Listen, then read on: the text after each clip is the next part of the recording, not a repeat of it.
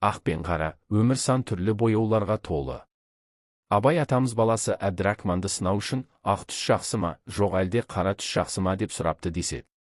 Әбдірахман ақ түс жақсы дегенде, Абай атамыз оған қарсы шығып, қара түс жақсы. Адам баласы қайратты, күшті, қуатты кезінде шашы қара болады. Жас баланың шашы ағарып кетсе, онда әсемдіктен, әдеміліктен белгі де қалмайды. Ақ қағазға да кісат қара сиямен түседі.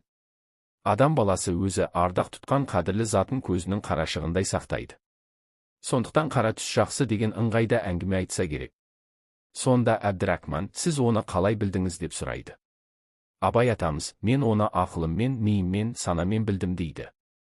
Әбдірахман, сіз сол ақыл оймен санаңыздың түсін қандай деп ойлайсыз дегенде, Абай атамыз, ақ қой, ақ деп күлген екен. Сол секілді ақ пен қара қатар жүретін мына өмір атты жалған дүниеде жақсылық пен жамандықтың да болары анық. Ақ түстің әрқашан сәтті де сұлу бола бермейтіндей, қара түсте бақытсыздық пен қаталдықтың белгісі емес екенін естен шығармағанымыз абзал. Жақсы мен жаман ұғымы да осындай мағынаға ие. Жақсы болып көрінген дүниелер уақыт өте алдамшы көрініп, бізге еш қайыры болмауы мүмкін.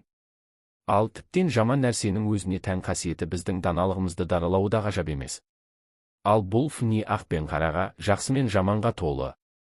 Өмірімізде болып жатқан жақсылы, жаманды оқиғаларды тек сәтті болашақтың белгісі деп болжап, соған иманымыздай сене білетін болсақ, келер күннің бізді алдамайтынына кәміл сенімдімін.